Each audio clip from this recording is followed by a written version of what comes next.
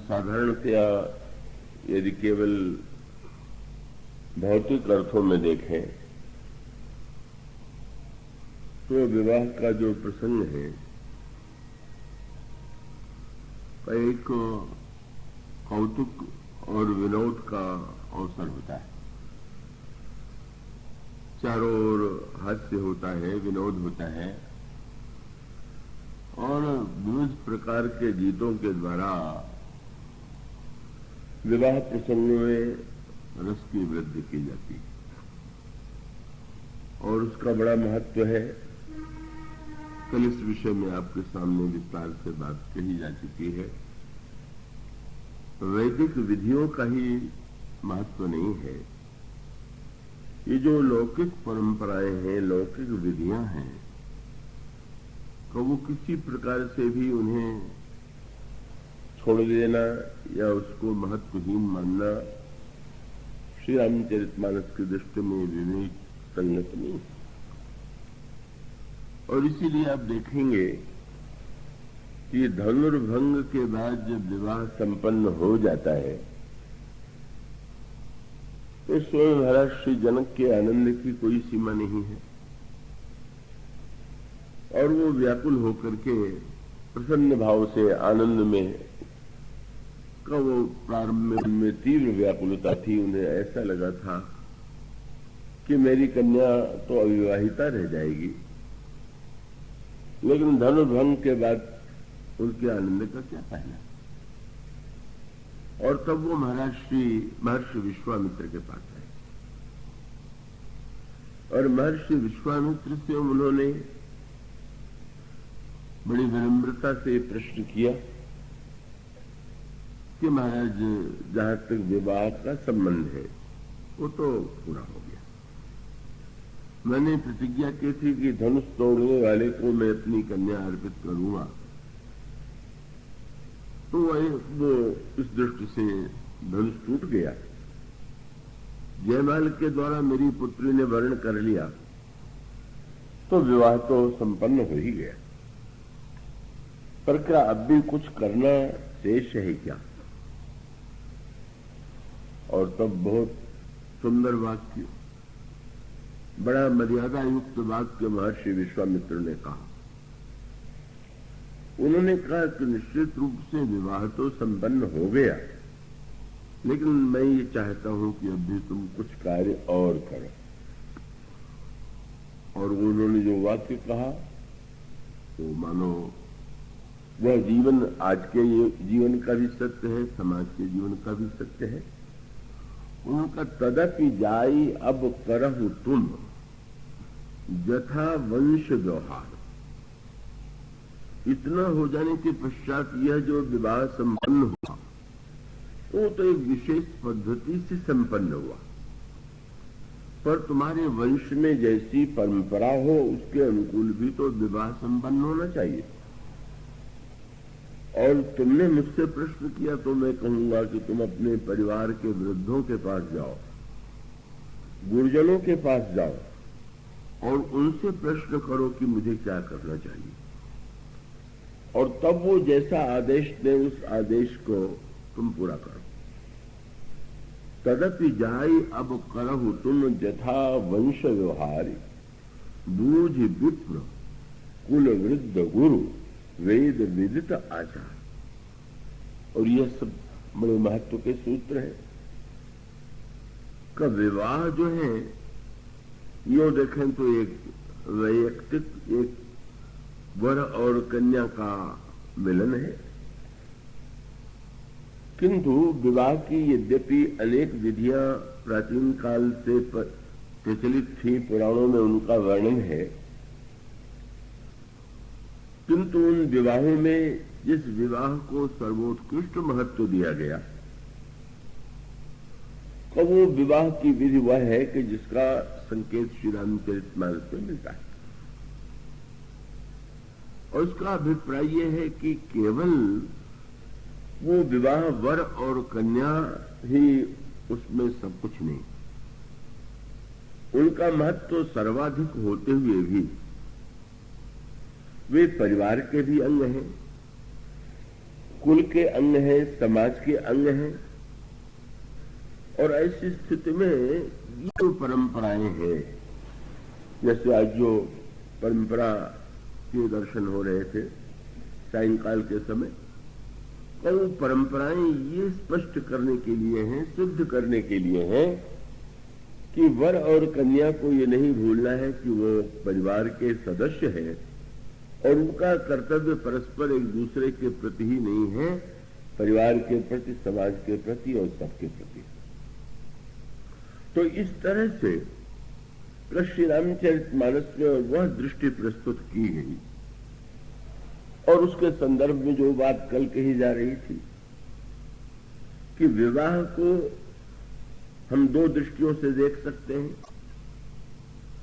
तो अब वहां जो अन्य राजा आए हुए थे, उन्होंने जिस दृष्टि से देखा वो एक दूसरा वाक्य है, दूसरा शब्द है। और उसके साथ साथ भगवान श्री राम ने जिस दृष्टि से देखा उसमें बड़ी भिन्नता है। और भिन्नता यह है कि अन्य राजाओं के आगमन के लिए रामचरितमानस में ये जो वाक्य चुना गया वो ये है कि सीय स्वयंवर भूप अनेका, सिमटे सुभट एक ते एका। और महर्षि जनक के उस द्वारा आयोजित श्री सीता जी के स्वयंवर में सारे देश के राजा एकत्र हुए। तो वो स्वयंवर की भावना तो स्पष्ट ही थी। उसका अभिप्राय है कि धनुष का टूटना उनके लिए कीर्ति और विजय का परिचायक था, जिसके द्वारा उन्हें कीर्ति प्राप्त होने वाली थी। और उसके साथ साथ का वो एक दिव्य सौंदर्यमयी श्री सीता जी से विवाह होगा, ऐसा प्रलोभन अन्य राजा लेकर के आते हैं।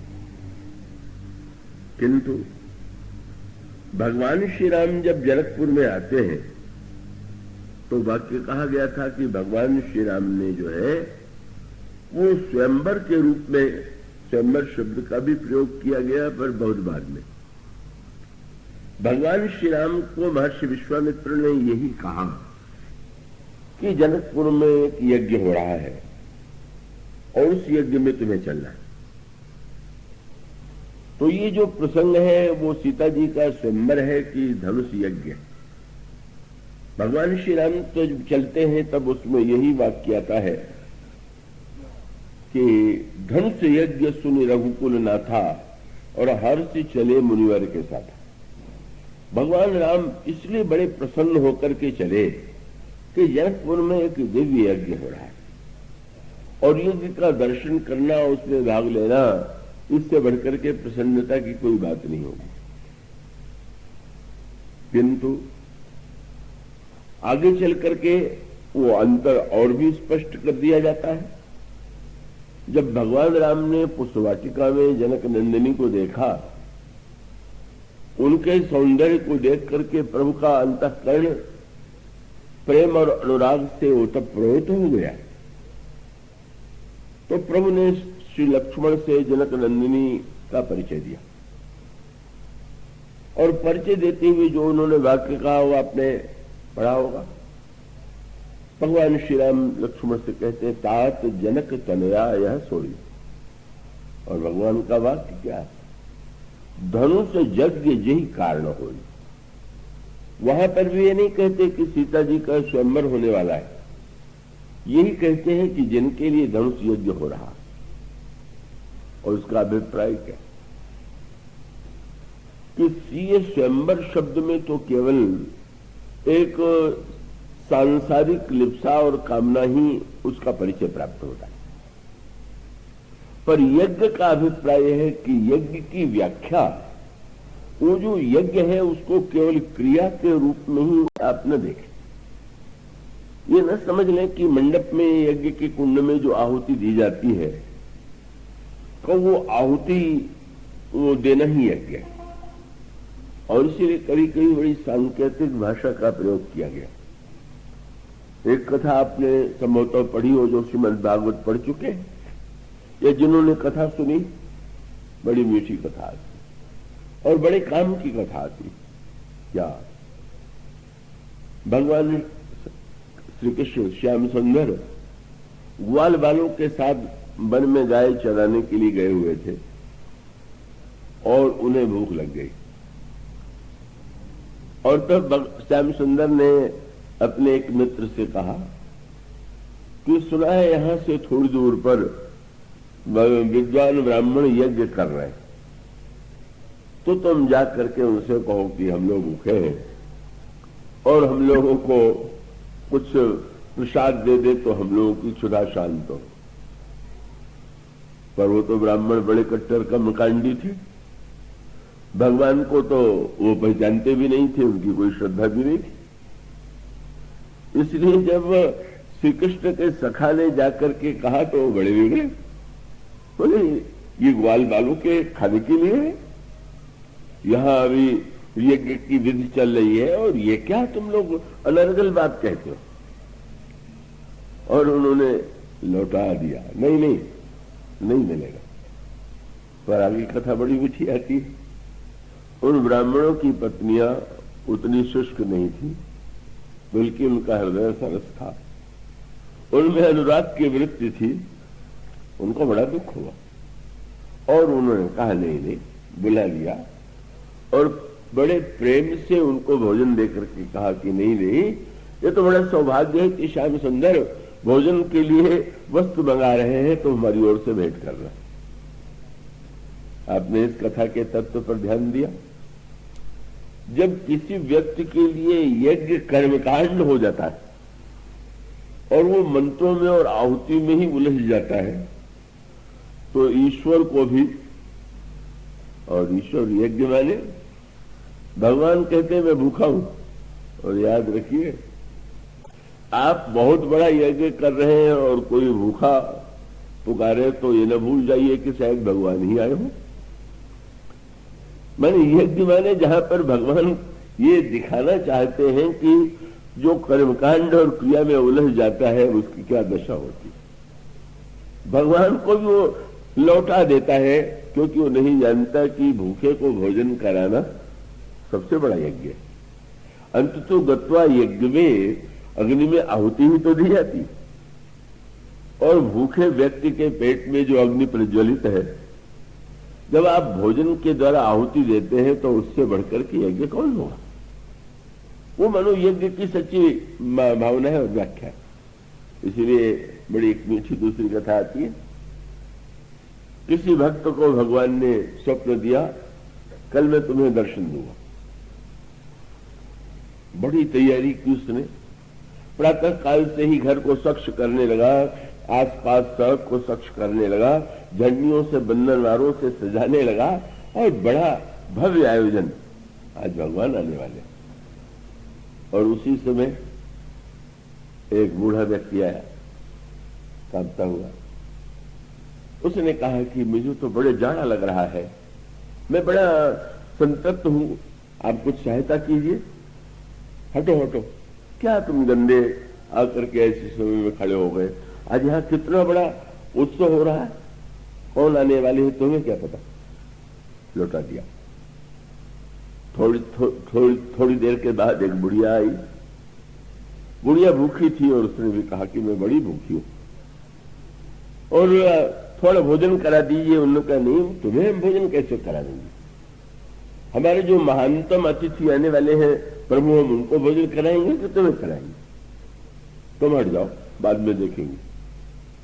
पर मध्याह्न हो गया, तीसरा पहर हो गया, सायंकाल हो गया और जब भगवान नहीं आए तो भक्त रोने लगा। महाराज आपने तो सपने में कह दिया था कि मैं आऊंगा, पर आपकी प्रतीक्षा और इतना मैंने प्रबंध किया, आप आए नहीं। तो आकाशवाणी में भगवान ने कहा कि मैं तो दो बार आया, लेकिन तू तो दोनों बार तूने मुझे लौटा दिया। तू कैसे कह सकता है कि मैं नहीं आया। तो इसका अभिप्राय है कि ये यज्ञ जो है वो केवल कर्मकांड की एक विधि नहीं है। इसका अर्थ है नहीं कि मैं विधि को महत्व नहीं दे रहा हूं, विधि का महत्व नहीं है, पर अगर विधि हो और उसमें वो यज्ञ की भावना न हो तो फिर यज्ञ की कोई सार्थकता नहीं। तो भगवान कृष्ण भूखे बनकर के जो विश्वम्भर है, सबको खिलाने वाले हैं, वो कहते हैं कि तुम मांग करके ले आओ, और वो केवल जड़ कर्मनिष्ठ उन्हें लौटा देते हैं। और वो उनकी स्त्रियां तो कोई उन्होंने वेदों का अध्ययन नहीं किया था, शास्त्रों का अध्ययन नहीं किया था, और उनके हृदय में तो बस यही भावना थी, श्री कृष्ण के विषय में उन्होंने सुना है और उनके हृदय में उनके प्रति प्रीति है, और वे ऐसा अनुभव करते हैं कि भोजन पहुंचा, भोजन के द्वारा तो हम अपने को धन्य बनावेंगे। बाद में उन विद्वान ब्राह्मणों में भी सद्बुद्धि आ गई, उनको अपनी भूल का अनुभव हुआ, उन्होंने पश्चाताप प्रकट किया, क्षमा याचना की। और ये सूत्र मानो यह है कि यज्ञ माने, उसका अभिप्राय कि वो यज्ञ तो इतना व्यापक शब्द है। भगवान कृष्ण गीता में यज्ञों का जो स्वरूप बताते हैं का वो आप देखेंगे तो कितने शब्द हैं, कितने प्रकार के यज्ञ होते हैं, और उन यज्ञों की विलक्षणता का संकेत आपको रामचरितमानस में भी मिलेगा। बल्कि रामचरितमानस में तो यज्ञ ही आदि से अंत तक सामने आते हैं। भगवान श्री राम का प्राकट्य हुआ चारों भाइयों का तो यज्ञ के माध्यम से। अगर भगवान श्री राम और लक्ष्मण पधारे तो विश्वामित्र के यज्ञ की रक्षा के लिए, और जब भगवान श्री राम और लक्ष्मण जनकपुर आए तो यज्ञ की भावना लेके आए। तो ये यज्ञ की जो भावना है, इसका अभिप्राय ये है कि केवल जीवन में भोग की ही वृत्ति, केवल अपने स्वार्थ की वृत्ति, केवल अपने लालसा की अगर वृत्ति व्यक्ति के जीवन में है, तो उसका अभिप्राय है कि वो जीवन वस्तुतः सही जीवन नहीं।